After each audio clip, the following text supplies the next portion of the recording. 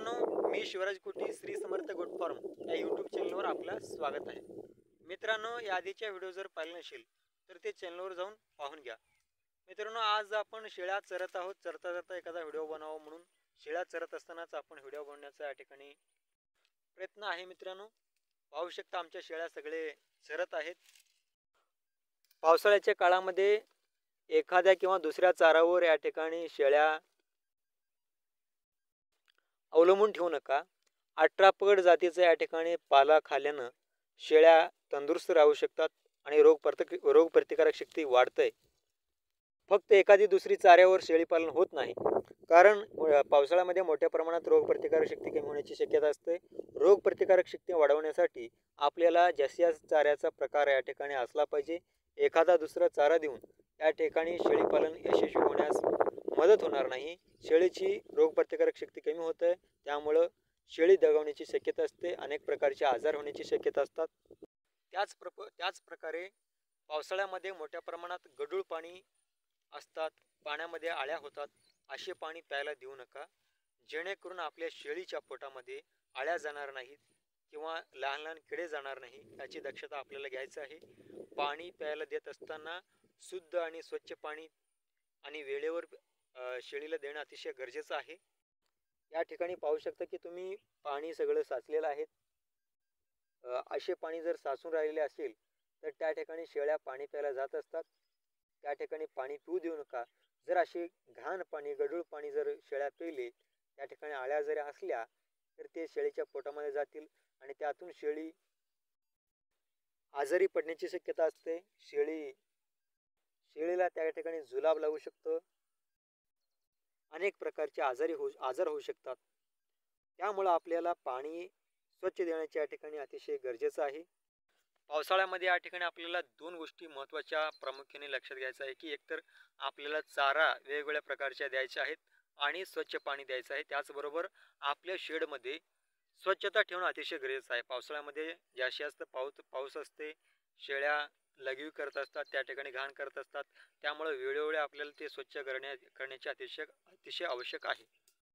जर आपण शेडवर स्वच्छता नाही ठेवलो तर त्या ठिकाणी आपल्याला शेळीला गोचिड झालेलं जाणवेल, पिसू झालेलं जाणवेल आणि एकदा जर का झाल्या तर ते लवकर जात नाहीत. म्हणून आपल्याला गोचिड, पिसू यासारख्या जे शेळ्यांना उपद्रव देणारे घटक आहेत ते आपल्या शेडवर होण्याआधीच आपल्याला त्या गोष्टीची बंदोबस्त करणं गरजेचं आहे.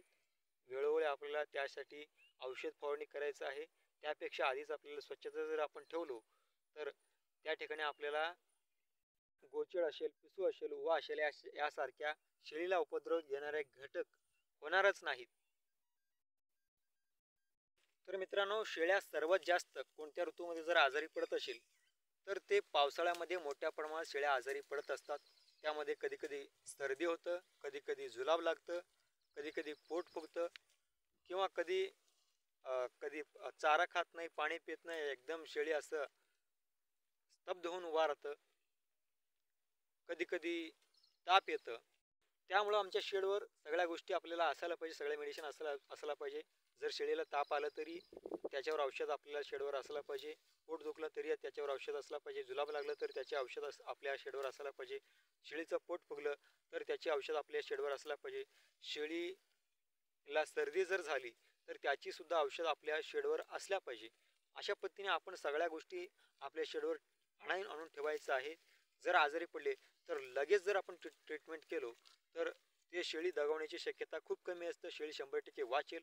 पण आपण जर जास्त वेळ वाया घातलो, नंतरनं मेडिकलवर गेलो आणि आणलो ते औषध आणून दुसऱ्या दिवशी त्याच्यावर परत ट्रीटमेंट केलो तर त्यापर्यंत शेळी दगावण्याची शक्यता जास्त राहील. म्हणून आपल्याला लवकरात लवकर ट्रीटमेंट करणं गरजेचं असतं. लवकरात लवकर ट्रीटमेंट करण्यासाठी आपल्याकडे त्या सगळ्या गोष्टी उपलब्ध असणं अतिशय गरजेचं आहे. म्हणून मित्रांनो, सगळ्या गोष्टी आपल्या शेडवर उपलब्ध करून ठेवायच्या आहेत आणि आपल्याला पाण्याचे आणि चाऱ्याचे चांगलं नियोजन करायचं आहे आणि स्वच्छता आपल्या शेडवर चांगलं ठेवायचं आहे. या 3 गोष्टी आपण प्रामुख्याने लक्षात घेतलो आणि सगळ्या गोष्टी आपल्या जे मेडिसिन असतील आमच्या शेडवर आणून ठेवलो तर आमच्या एकही शेळी दगावणार नाहीत. म्हणून या सगळ्या 4 गोष्टी आपल्याला प्रामुख्याने लक्षात घ्यायच्या आहे.